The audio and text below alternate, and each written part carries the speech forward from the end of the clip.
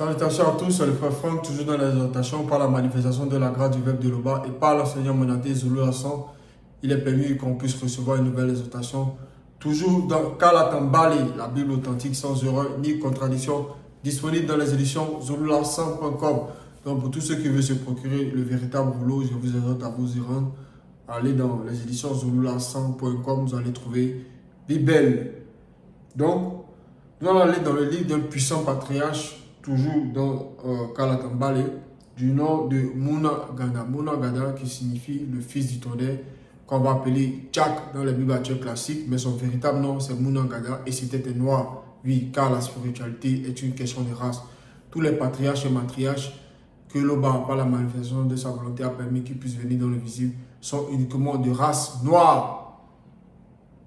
Donc le livre de Muna Gada s'intitule Appel à la conscience connue. Donc Muna Gada ici, il fait appel à cette conscience qui est connue.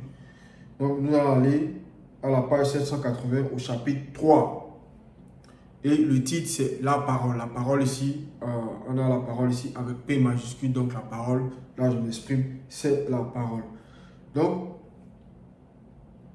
au verset 1, ne soyez pas nombreux à vouloir devenir des enseignants.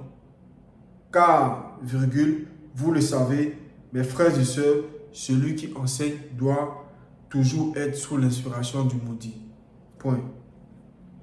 Donc ici, on va s'arrêter dans le point parce que le verset continue, mais on va s'arrêter là premièrement. Et on va essayer de rentrer dans ce que Muna Gada ici, il exprime ici. Il explique ici. Donc il nous dit, ne soyez pas nombreux à vouloir devenir des enseignants. Parce que Muna Gada ici, il s'adressait au peuple, il s'adressait à la communauté, à ceux qui étaient en face de lui au nom des initiés graciés. Et certains avaient, ils voyaient parce que lui aussi, il a été initié. Il a été initié, il est passé par l'initiation pour devenir un puissant enseignant redoutable. Donc, nous savons que les ancêtres et les apôtres, ils avaient un but. Ils avaient un but, ils avaient cette volonté-là. Ils avaient cette volonté-là. Ils avaient l'ambition de changer les choses. Sans cela ici, ils ont été choisis parce que nous savons que le hasard n'existe pas. Donc, eux là, ils ont été choisis pour, après le départ de Dieu qui savait, pour guider le peuple. Pour guider le peuple. Donc, ils ont été initiés et ils ont reçu le Moudi Moussangi. Donc, c'était dit le Saint-Esprit. Dans le doigt là, la langue originelle, c'est le Moudi Moussangi. Donc, ils ont reçu le Moudi Moussangi. En cela ici, ils exhortaient sous le Moudi, sous l'inspiration du Moudi. Donc, lui, il est mieux placé pour expliquer ces choses-là parce que lui-même, il parle en tant que, il parle sous l'inspiration du Moudi dans la pas comme, mais c'est un véritable enseignant ici.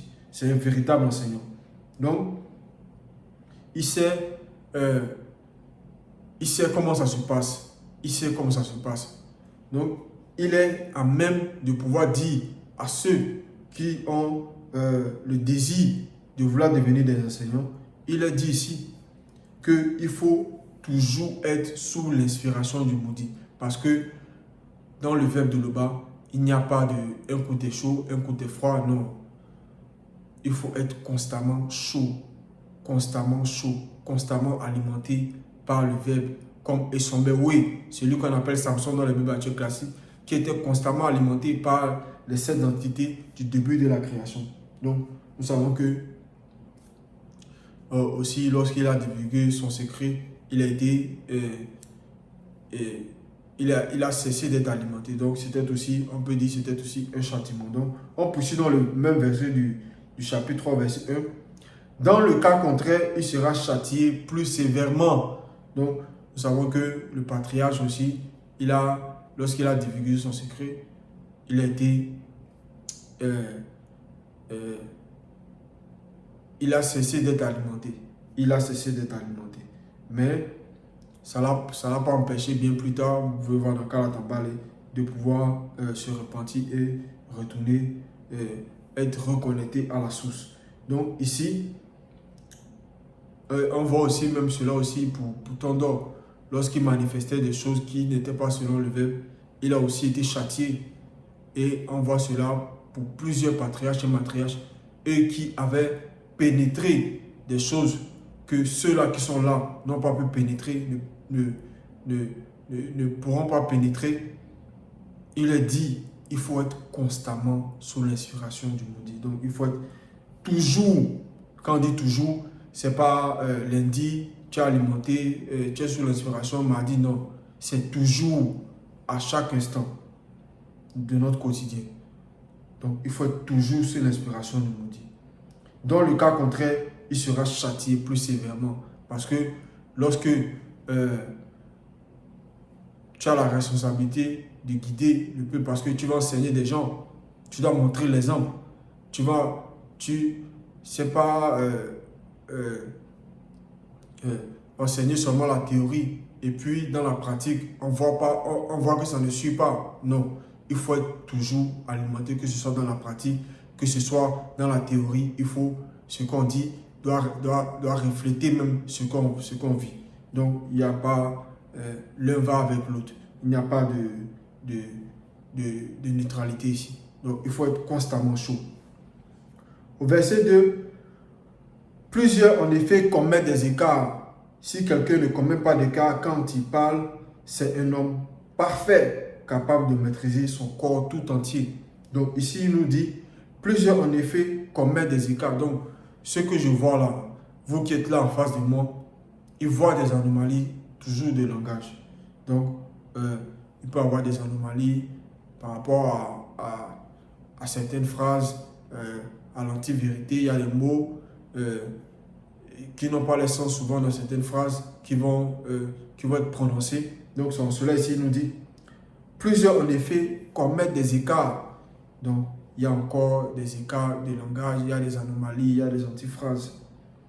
Si quelqu'un ne commet pas d'écart quand il parle, c'est un homme parfait, capable de maîtriser son corps tout entier. Donc ici, ce qui sort de la bouche, on va même cela, on va voir cela aussi dans Koudoumane. Koudoumane qui est le vrai Christ noir, c'est au chapitre 43, à partir du verset 19. Donc on va aller au verset 19. Et Dieu qui savait nous dit ici, car par vos paroles, P majuscule ici, vous serez justifiés, et par vos paroles, vous serez condamnés. Donc, ce qui sort de la bouche, ici, on nous dit ici que ça doit être selon le verbe. Selon le verbe. Donc, si quelqu'un manifeste cela ici, on nous dit que c'est quelqu'un qui parle ainsi sans commettre d'écart, c'est un homme parfait. Donc, certains vont se demander, est-ce que quelqu'un, bon, on va dire non initié, peut parler sans commettre d'écart? Et moi, je dis ici que c'est pas possible parce que on verra aussi plus tard aussi. On verra aussi plus tard parce que certains vont s'exprimer en public. Ils vont parler, ils vont dire des choses. Et pour certains, ils vont pas trouver d'anomalie dans le langage parce que eux-mêmes aussi, ils disent ces mêmes phrases. Ils sont aussi dans l'anti-vérité. Ils ne connaissent pas la perfection. Ils ne connaissent pas la sanctification. Donc, ils vont trouver aussi que ce que ces gens-là disent, c'est cohérent. Pourtant, celui qui est pleinement sous l'inspiration du maudit, il verra des failles. Il verra des failles. Et c'est ce que ici, Mounangada ici est en train d'exposer ici. Plusieurs, en effet, commettent des écarts. Si quelqu'un ne commet pas d'écart quand il parle, c'est un homme parfait, capable de maîtriser son corps tout entier. Donc, celui qui ne commet pas d'écart ici, c'est quelqu'un qui a été initié, c'est quelqu'un qui manifeste ici l'unification des trois êtres. Donc, il est sous l'inspiration du maudit. Donc, on poursuit au verset 3. Si nous mettons un frein dans la bouche des chevaux pour qu'ils nous obéissent, nous dirigeons aussi le corps tout entier. Donc, ici, on nous montre l'importance de la parole parce que ce qui sort de la bouche, c'est ce qui va, comme j'ai donné le verset dans le coup de mané, donc c'est par vos paroles que vous serez justifiés, car par vos paroles, vous serez justifiés et par vos paroles, vous serez condamnés. Donc, ce qui va sortir ici, on nous fait comprendre que c'est ce qui peut nous souiller tout notre être. Tout notre être. Donc, il ne faut pas penser que, certains vont penser que lorsque le corps, pour les non-initiés, bien sûr, et pour nous aussi en cette époque, on a reçu la révélation, lorsque ton corps pêche, ton âme aussi participe, ton esprit participe. Donc, ici, on nous dit, si nous mettons un frein dans la bouche des chevaux pour qu'ils nous obéissent, nous dirigeons aussi le corps tout entier. Donc, ici, ce qui sort de la bouche, c'est ce qui va en quelque sorte nous définir, va en quelque sorte nous permettre, c'est ce qui va nous justifier en gros. C'est ce qui va nous justifier. Donc, on doit toujours être alimenté lorsque on veut devenir, on veut enseigner d'autres personnes. Il faut être constamment sous l'inspiration du maudit. Donc, ici, on voit l'importance même de la parole ici, toujours. Et au verset 4 aussi, il va donner une autre image aussi. On va avoir aussi une autre image en fonction des propos que Mounangada ici va écrire ici. Voici, même les navires qui sont aussi grands et que poussent des vents impétueux sont dirigés par un très petit gouvernail au gré du pilote. Donc ici, on peut dire que la parole c'est quelque chose de chose, mais c'est ce qui va, c'est ça qui va permettre c'est ce qui va nous justifier, et c'est par cette même parole aussi que nous serons condamnés. Donc la parole ici, on voit l'importance même de la parole ici. On nous montre l'importance de la parole. Au verset 5, il en va de même pour la parole qui sort de l'homme. 2 points. Elle est insignifiante si elle n'est pas inspirée par le maudit. Donc, virgule, on s'arrête dans la virgule ici. Il en va de même pour la parole qui sort de l'homme. Elle est insignifiante si elle n'est pas inspirée par le maudit. Donc, la parole ici qui sort, on nous dit, si elle n'est pas inspirée par le maudit, elle est insignifiante. Donc, il y a déjà une anomalie ici. Il y a déjà une anomalie ici. Et on poursuit après la virgule. Mais l'homme se vante par elle de grandes choses. Point. Donc, ici, il y a des gens, comme ces faux pasteurs-là, qui ne sont pas alimentés par le maudit. Ils vont venir aussi enseigner la théorie aux gens. Pourtant, ce qu'ils enseignent, ils ne vivent pas cela. Donc, ils vont enseigner la théorie avec plein d'anomalies dans leurs propos. Ils vont raconter, ils vont tordre le sens des versets qu'ils vont lire dans le Bible classique, des choses qui ont été plagiées soigneusement au Moyen-Âge par des esclavagistes. Donc, ils vont utiliser ces livres-là. Ils vont essayer de lire. Ils ne vont pas comprendre ce qu'ils sont en train de lire. Ils vont venir enseigner des gens. Donc, déjà, ces livres-là, nous savons que ce n'est pas sous l'inspiration du maudit qu'ils ont été rédigés par ceux qui ont rédigé. Donc, ils n'étaient pas alimentés par le maudit. Donc, c'est normal que ceux qui viennent lire aussi, qui ne sont pas alimentés par le maudit, ne pourront pas voir ces erreurs-là, ces contradictions-là qui sont à l'intérieur. Et ils vont venir aussi enseigner cela à ceux qui sont déjà aussi dans l'anti-vérité.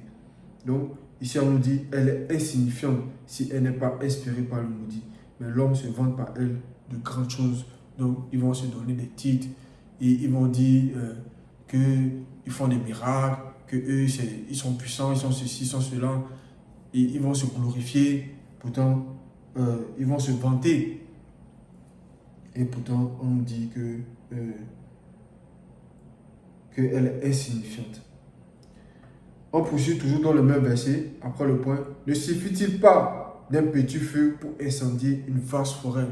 Donc, on voit ici que il suffit de dire, de venir dire, par exemple, de dire que Jésus, c'est Dieu déjà ici. C'est une parole déjà de mensonge et d'autres personnes qui sont déjà qui sont déjà égarées aussi vont accepter cela et là ils vont à la condamnation. Ils vont à la condamnation, ils vont passer au jugement. Donc ici, et on peut considérer incendier une vaste forêt comme on peut considérer cela comme quelqu'un qui va passer au jugement, parce que nous savons que le jugement est terrible, est terrible. Donc, cette parole ici, on nous dit, ne suffit-il pas d'un petit feu pour incendier une vaste forêt? Donc, quelqu'un m'a dit non, il a dit, peut-être quelqu'un va dire quelque chose, va dire une parole comme ça, et ça peut créer une polémique dans un territoire par rapport à telle ou telle chose. On voit cela même, on a vu cela aussi par rapport en France, par rapport à certains footballeurs qui ont sorti des propos, par exemple, on va prendre un exemple, contre homme-homme, je ne vais pas dire ici chose, mais contre les trucs de homme-homme. Et on a vu ce que, selon on dit, a manifesté sur les différents plateaux de télé. On a vu des gens faire des débats pour dire non, telle personne il est homophobe, il est ceci, il est cela. Donc on voit cela aussi dans ce sens, on peut voir cela aussi dans ce sens-là. On poursuit au verset 6. Eh bien, la parole est pareille à un feu et est issue de la manifestation de la pensée de l'homme et elle souille tout entier. Donc ici, Mounangada nous révèle ici. Eh bien, la parole est pareille à un feu. Et nous savons aussi que le verbe est un feu dévorant. Est un feu dévorant. Donc, on voit cela aussi même dans Kalatambali. On voit cela dans Kalatambali lorsque les patriarches, durant souvent des combats, par exemple des attaques, la parole qu'ils prononçaient, nous savons ce que ça manifestait dans le monde occulte. Dans le monde occulte. Donc ici, on nous dit, et la parole est pareille à un feu. Ici, on ne parle pas, ce n'est pas le verbe ici de Loba, mais la parole, quand la parole ici avec P minuscule, on dit est pareil à un feu. Donc ici, on baisse de fréquence. On baisse de fréquence ici. Et elle est issue de la manifestation de la pensée de l'homme et elle souille tout entier. Donc ici, c'est une parole de quelqu'un qui est livré à lui-même, d'un homme dépourvu de spiritualité, livré à lui-même, qui parle, qui n'est pas sous l'inspiration du maudit ici. Et on nous dit qu'elle souille tout entier. Donc, elle souille son âme, elle souille son esprit, parce que certains peuvent aussi utiliser la parole pour blasphémer ou pour parler contre le verbe de Loba. Et c'est cette parole aussi qui va condamner cette personne. Cette parole-là va le souiller, tout son être, tous ses trois êtres. Donc, ici, on poursuit dans toujours le même verset. L'âme par la parole met le tourment dans toute votre vie, de la naissance jusqu'à la mort. Donc, on voit cela aussi. On nous dit que l'âme par la parole met le tourment dans toute votre vie, de la naissance jusqu'à la mort. Ce tourment vient du lieu de tourment de votre pensée issue de votre âme. On poursuit au verset 7. Toutes les espèces de bêtes, d'oiseaux, de reptiles et d'animaux marins peuvent être domptés et ont été domptés par moto. Donc ici, on s'arrête dans la virgule. On nous dit toute espèce de bêtes, d'oiseaux, de reptiles et d'animaux marins peuvent être domptés et ont été domptés par moto. Et on voit même en cette époque ici, en cette époque du visible, on voit toujours cela aussi par rapport à certains animaux qui vont être domptés aussi par l'homme, qui vont pas toujours par la parole. Il y a, on voit aussi les chiens, c'était des maîtres, on les appelle les maîtres chiens, qui vont dresser des chiens. Ils vont les dresser par la parole. Lorsqu'ils vont leur dire, ah, assieds-toi, le chien va s'asseoir, il va dire, donne ta patte, le chien va donner sa patte. Donc, on voit cela aussi dans le visible. Dans le visible. Et c'est toujours par la parole. Et on nous dit que le premier à avoir manifesté. Donc, on nous dit ici aussi que le premier à avoir manifesté cela, avoir dompté les animaux, c'était notre ancêtre Moto, le premier homme qui est noir, qui était noir. Donc, on nous dit ici, toutes les espèces de bêtes, d'oiseaux, de reptiles et d'animaux marins peuvent être domptés.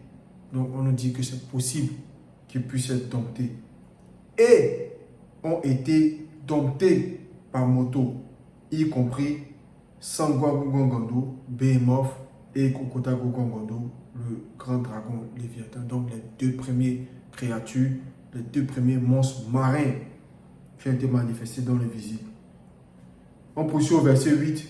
Mais la parole de l'homme livré à lui-même ne peut le sauver du châtiment divin.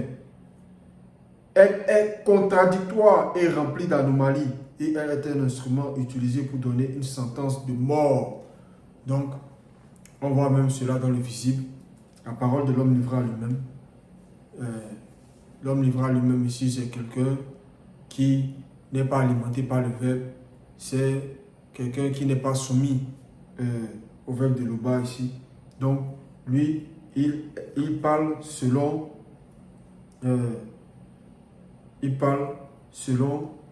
ses propres désirs de l'homme livré à lui-même. Donc, il n'est pas sous l'inspiration du maudit. On nous dit, mais la parole de l'homme livré à lui-même. Donc, lui, il n'est pas alimenté par le verbe. Et lorsque tu n'es pas alimenté par le verbe, tu es livré à toi-même. Tu es livré à toi-même. Donc, on nous dit, il ne peut le sauver du châtiment divin. Donc, le châtiment divin, c'est-à-dire, cette personne-là va passer au jugement. Donc, le châtiment divin, c'est le châtiment qui vient du grand ordre des choses. Elle est contradictoire et remplie d'anomalies et elle est un instrument utilisé pour donner une sentence de mort. Donc, cette parole-là ici, la parole de l'homme livré à lui-même, la parole des insensés, on voit même cela dans Kalatambali. Les paroles-là sont des paroles qui peuvent conduire à la mort. Donc, on voit certains juges qui vont prononcer des sentences sur des innocents, des gens qui n'ont pas commis certaines choses. Et vu qu'eux, là, ils ne sont pas alimentés par le verbe de Loba, donc ces paroles-là vont conduire cette personne-là à la mort. À la mort. Et même aussi, dans un autre sens aussi, les paroles des soi-disant pasteurs, bishops, maréchals, qui vont venir enseigner, eux aussi, les paroles qu'ils vont prononcer, ce sont des instruments utilisés pour donner une sentence de mort. Parce que le fait de croire en Jésus, le fait de croire en Yahvé, Adonai, Jéhovah, Elohim, tous ces faux dieux-là, tu es amené à aller à la mort spirituelle, à passer au jugement. Donc, celui qu'il faut écouter, c'est Zulu Lassan, c'est le seul enseignant mandaté en cette époque. Ses paroles sont esprit et vie. Joki Sabo aussi, à son époque, il a dit pareil, ses paroles sont esprit et vie. Donc c'est tout le contraire ici des paroles de l'homme livré à lui-même, de ces faux pasteurs-là qui vont se donner des titres, qui vont se proclamer, qui vont venir enseigner des gens, venir enseigner des hérésies dans les rues, un peu partout on le voit. Et les paroles qu'ils vont prononcer, ce sont des paroles qui ne peuvent pas, qui ne peuvent sanctifier, qui ne peuvent amener à allonger l'abondance, c'est-à-dire la vie éternelle. On poursuit au verset 9.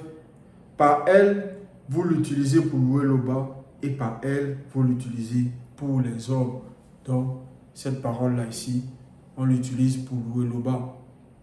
On l'utilise pour louer l'Oba. Donc, le fait de chanter, faire des cantiques à l'honneur de l'Oba, on l'utilise pour louer l'Oba, on utilise la parole. Et par elle, vous maudissez les hommes. Donc ici, on voit, on nous fait comprendre que cette parole-là est très importante. Elle est très importante. Elle doit servir à louer l'Oba. À louer l'Oba. Mais certains vont manifester qui ne sont pas alimentés par le verbe. Eux, ils vont manifester le contraire. Le contraire. Donc, ils vont, par cette même parole-là, ils vont louer l'Oba. Et par cette même parole-là, on nous dit ici, et par elle, vous maudissez les hommes. On poursuit au verset 10. De la même bouche sortent la bénédiction et la malédiction selon le visible. Il ne faut pas, mes frères et sœurs, qu'il en soit ainsi. Donc, on voit cela constamment dans le visible. On voit cela constamment dans le visible. Mais on nous dit ici, Mounangada nous dit, de la même bouche sortent la bénédiction et la malédiction selon le visible. Donc ici, on voit déjà le fait de manifester cela. Il y a déjà une anomalie ici. Il y a déjà une contradiction. Donc ici, Mounangada nous dit, il ne faut pas, mes frères et sœurs, qu'il en soit ainsi. Donc pour nous qui marchons selon le verbe, pour nous qui sommes dans l'initiation, il ne faudrait pas qu'il en soit ainsi pour nous. Donc, il nous fait comprendre ici l'utilité même de la parole. L'utilité de la parole. Tout ce qui doit sortir doit être selon le verbe, doit être alimenté par le maudit. On poursuit au verset 11. La source sacrée fait-elle jaillir par la même ouverture l'eau douce et l'eau amère? Donc, point d'interrogation ici. Ici, il pose la question. De même, on a vu que par la même bouche va sortir la bénédiction et par la même bouche va sortir la malédiction. Il pose la question. Par elle, vous l'utilisez, non, au verset 11, pardon. Verset 11. La source sacrée fait-elle jaillir par la même ouverture l'eau douce et l'eau amère?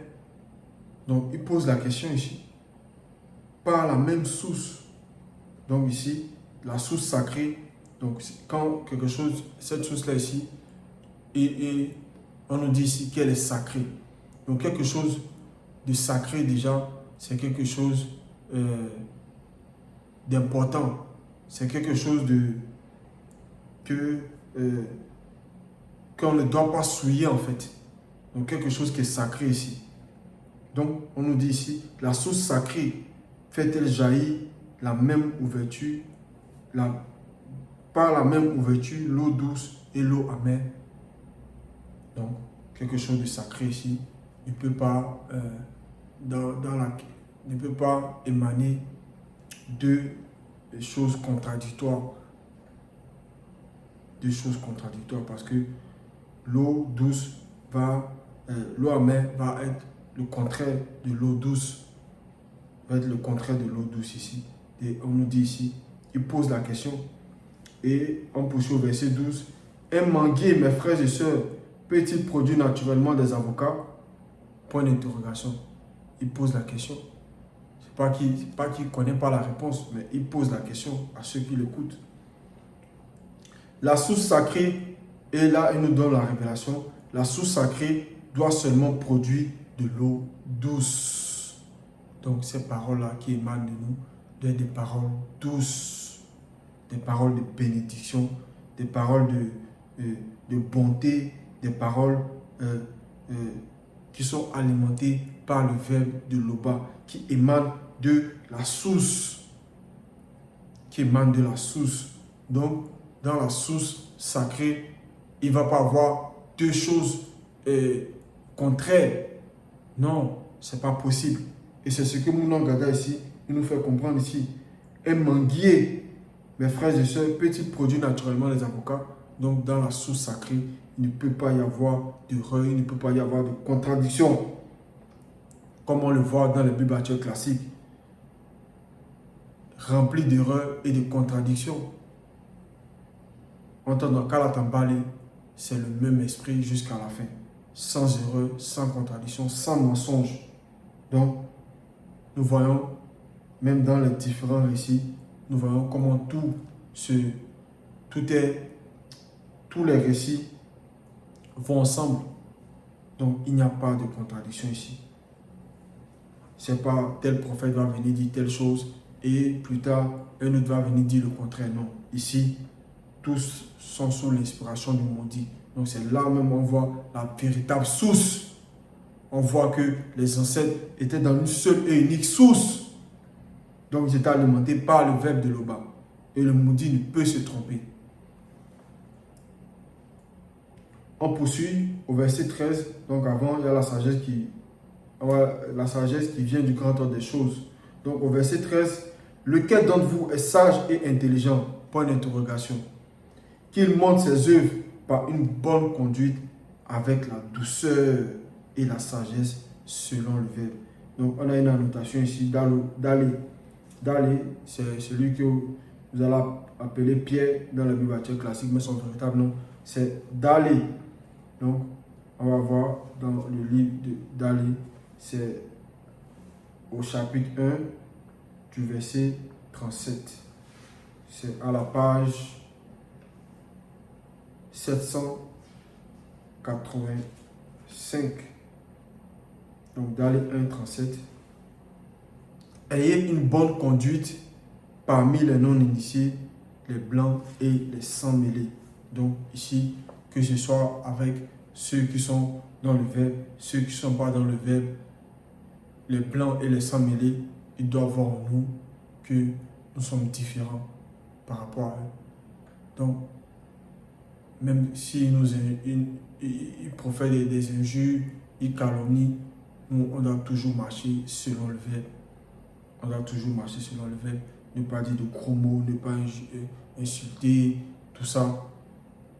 Toujours se remettre au verbe de Loba et ne pas agir selon l'homme livré à lui-même comme les non-initiés, les blancs et les sans-mêlés.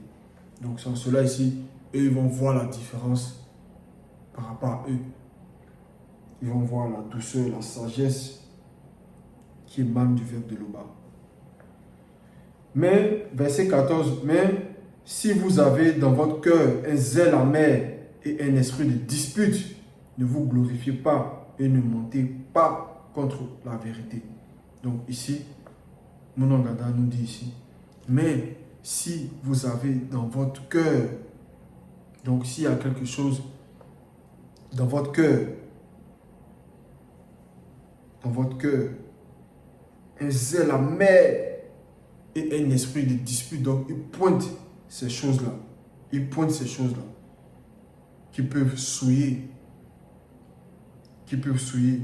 Il nous dit ici, ne vous glorifiez pas et ne mentez pas contre la vérité. Donc, si c'est le cas, il ne faut pas venir parler contre le verbe, venir dire, parce que lorsque on manifeste, quelqu'un qui va manifester cela, il est conscient de ce qui manifeste, de ce qu'il dit, de ses propos. Il sait que ses propos ne sont pas selon la vérité. Et Monongada ici nous dit, ne vous glorifiez pas et ne mentez pas contre la vérité. Donc il met en garde ici déjà. On poursuit au verset 15. Cette sagesse n'est point celle qui vient du grand ordre des choses, mais elle est du visible, charnel, occulte. Donc, il nous dit ici que cette sagesse n'est point celle qui vient du grand ordre des choses. Donc, on nous dit ici qu'il y a une sagesse qui vient du grand ordre des choses et il y a la sagesse du visible. Donc, la sagesse du visible alimentée par le monde occulte. C'est en cela ici nous dit, cette sagesse-là, elle n'est point celle qui vient du grand ordre des choses. Parce que dans le grand ordre des choses, nous savons que il y a l'ordre et il y a l'entité même de sagesse. Donc cette sagesse ici, qu'on voit dans le verset 15, c'est une sagesse avec S minuscule.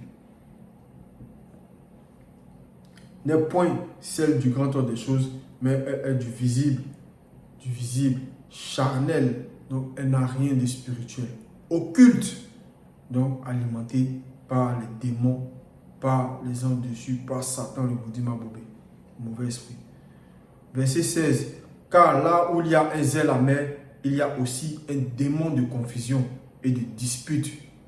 Donc ici, nous nous révèle ici qu'il y a là où il y a un zèle amer, donc un zèle qui n'est pas selon le verbe, qui n'est pas alimenté par le verbe. Donc un zèle de l'homme livré à lui-même, dépourvu de spiritualité, dépourvu de sens. On nous dit ici qu'il nous révèle ce qu'il y a derrière. Il nous révèle, donc il donne la révélation ici. Il y a aussi, donc quand il dit il y a aussi, un démon de confusion et des disputes. Donc il y a plusieurs esprits ici qui sont derrière. De là viennent des démons du désordre. Donc on poursuit, ça ne finit pas. On ajoute encore, viennent donc la confusion d'abord, on est confus, et ensuite la dispute, changer de mot, toujours par la parole. De là, encore, il y a d'autres esprits qui vont se manifester, viennent des démons du désordre, donc s'aimer le désordre, raconter du n'importe quoi, mélanger, c'est-à-dire le désordre, diviser les gens, qui finissent par générer toutes sortes d'actions mauvaises. Donc, on voit ici le mécanisme vibratoire qui se cache derrière cette sagesse-là. On poursuit au verset 17. La sagesse du grand ordre des choses est premièrement pure. Donc, on nous dit ici que la sagesse du grand ordre des choses, elle est premièrement pure, avec P majuscule. Donc, l'entité même de pureté est derrière. Pure, donc sans tache, sans contradiction, sans erreur. Ensuite, elle est pacifique, donc elle est douce. Pacifique, douce et raisonnable. Donc il y a la raison à l'intérieur, il y a la logique à l'intérieur, il y a un sens à l'intérieur, il y a le verbe, il y a le mundi à l'intérieur. Donc c'est alimenté. Elle est riche en bonté et en action. Elle est sans parti pris et sans hypocrisie. Donc, elle ne va pas prendre parti pour tel parce que tel est ceci ou bien tel est cela. Non. Et sans hypocrisie. Donc, elle dit les choses. Lorsque ça doit être dit, c'est dit. Il n'y a pas, on va caresser ou mais non. Et on voit, lorsque l'enseignant, le seul enseignant, il enseigne. Lorsqu'il donne les enseignements, il n'y a pas de parti pris pour tel ou tel. Le verbe s'exprime. Et chacun, en fonction de son état de conscience, sait ce qu'il fait. Donc, en cela ici, le verbe ne fait exception de personne.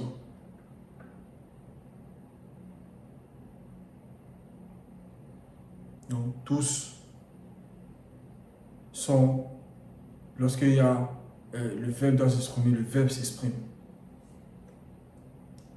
Verset 18, le fruit de la justice est semé dans la paix par ceux connus qui recherchent la paix selon le verbe. Donc, on nous dit ici que le fruit de la justice est semé dans la paix. Donc, il n'y a pas de paix sans justice. Donc, il faut que la justice soit semée pour que dans la paix, par ceux connus qui recherchent la paix selon le verbe. Donc, c'était l'exhortation Loba se glorifie toujours car il ne peut en être autrement. Ainsi soit-il.